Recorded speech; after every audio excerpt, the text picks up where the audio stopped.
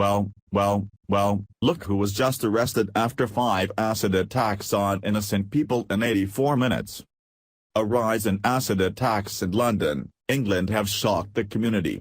It is something people ordinarily don't see in the developed and Western world. Police officers have now treated a 16-year-old boy in connection with several acid attacks in the city.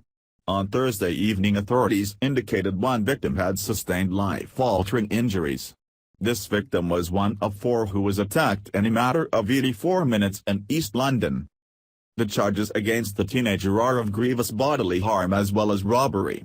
The same law enforcement officials noted in a statement that the first attack took place at 10:25 p.m. near Hackney Road. The series of events took place as the following.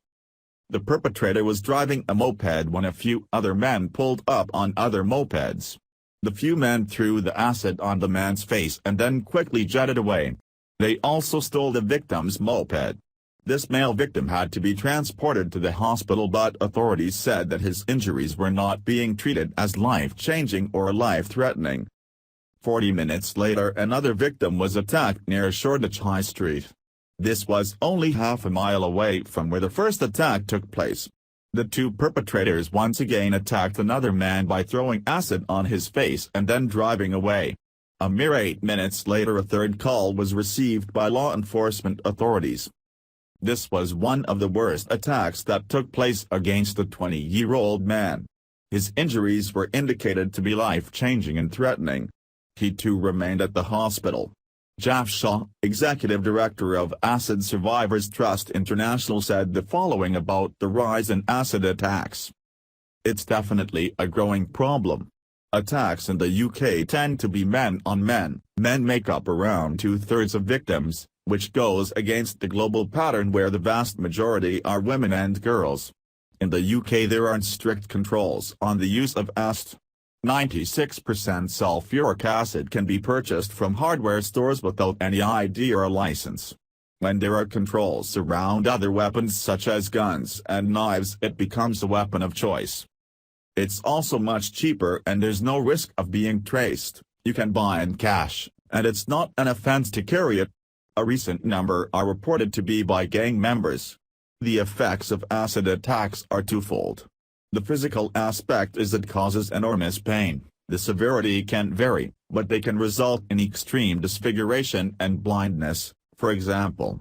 They also leave very serious psychological scars, which can vary in different forms: deep depression, anxiety, panic attacks. The recommendation we've made to government is that they need to introduce controls on sales of acid, age restrictions and licenses, and banning cash sales, and making it an offense to be caught carrying it.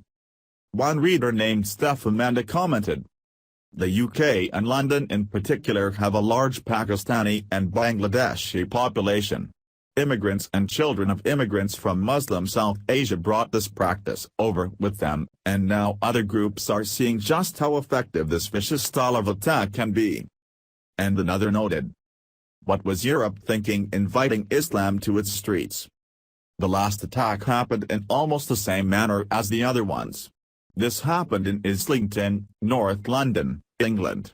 All these attacks took place between 8 and 12 minutes of each other. Police remain looking for eyewitnesses to the attacks that took place. Breitbart News reported the following about the incidents. Police are treating a series of acid attacks Thursday night across London as linked, and have arrested a 16-year-old male. At least one victim suffered life-changing injuries Thursday night in the apparent crime spree, which saw 5 attacks take place in 84 minutes in East London and Islington. The arrested teenager is being held on suspicion of grievous bodily harm and robbery. Police described the attacks in their statement, which revealed the first attack took place at 22:25 on the Hackney Road. Officers said the male victim had been on a moped when a pair of men on a second moped pulled up beside him. The men threw a corrosive substance into his face, before stealing his moped and riding away. When officers responded, they found that the man had sustained facial injuries, but they are not being treated as life-threatening or life-changing. The second attack took place 40 minutes later on Shoreditch High Street, a location just half a mile away. Once again, two men on a moped threw acid into the face of a man, who was taken to a hospital. 8 minutes after that, police received a third call after a man in his 20s had acid thrown in his face. The most serious of the attacks, a crime scene was set up at the location and the man is reported to have received life-changing injuries. Another 19 minutes later police received a fourth call when another man on a moped had acid thrown in his face, with the attackers stealing his moped and again riding off. The final incident took place in Islington, North London, and took place another 12 minutes later when a man was reported to have had a corrosive substance thrown in his face by two males on a moped. London is seeing a sudden surge in acid attacks, with the 261 attacks in 2015 jumping to 458 in 2016. There have been over 120 attacks in London so far this year, with the frequency of the attacks leading to the city being dubbed the acid attack capital.